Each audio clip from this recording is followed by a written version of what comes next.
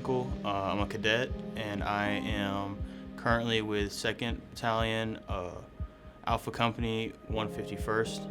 So I joined the National Guard because it's kind of like a family business for my family. Both my dad and uncle are in, and then my other uncle was also in active duty, so I joined for them, and then I also joined for the education benefits. When I first enlisted, I was in the 4th and 118th.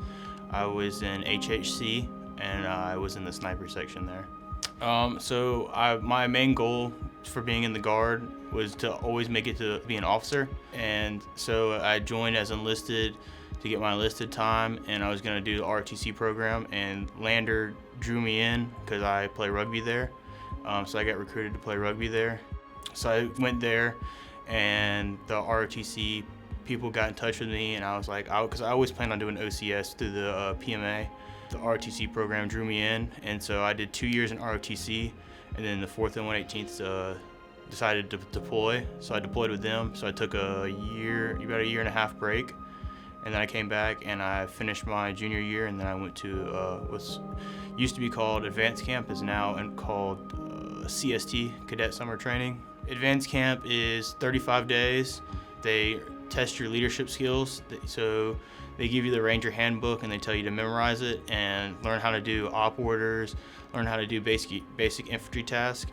When you get there, you're going to spend the first week doing basic soldier skills, your rappel tower, your C-burn, stuff like that, and then you'll go into your sticks lanes, so your squad stick lanes. They'll teach you pretty much everything ground up when you get there for that. So the worst part was that the lack of sleep. We had a lot of 2 a.m., 1 a.m. wake-ups for ruck marches, missions, stuff like that.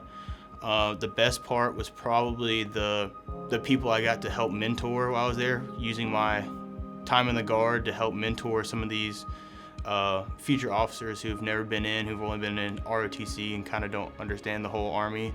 So I was in the top 4 of our regiment, and 2 of my peers in my platoon were the top 2. They couldn't give us any more awards because we looked too good, so they gave me Commander of Troops. So basically, Commander of Troops means I'm in charge of the ceremony for our graduation. So I helped graduation practices and all that. The guest speaker was also a Lander grad, and I had no idea that she was going to be our speaker, and so she kind of surprised me at the end. It was an experience like no other. So I definitely feel like they definitely prepared me as an officer, because we have to do a lot of different kind of briefings. They would just kind of give us crazy stuff, and my cadre kind of knew that I wasn't really as comfortable as I should be talking in front of big groups, so he would pick me sometimes just to give an op order briefing in front of the whole company or something like that. Our cadre was very good about doing things like that, making sure that people were, sharpening their weaknesses and not just exploiting them or not helping them with them. I got a lot of OML points out of it, which is Order of Merit List, so that should help me get the branch I want, because I'm hoping to branch aviation in the Guard. I want to stay in the South Carolina Guard because I love it. I've deployed with the 4th and 118th, and we got attached to SOCOM, which is a very cool achievement. I went to sniper school my 2nd year in the Guard. I think that was 2019 that I went. So my next step with the Guard is in September. I'm going to board with the aviation, and I hope to get aviation.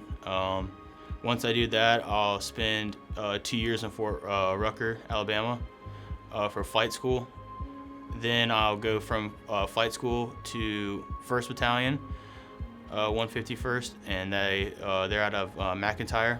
I've always wanted to fly helicopters. I thought that would be the coolest job in the world, but I've also wanted to lead troops. On the officer side, I'll be able to get the best of both worlds. I'll be able to lead troops, and I'll be able to fly helicopters.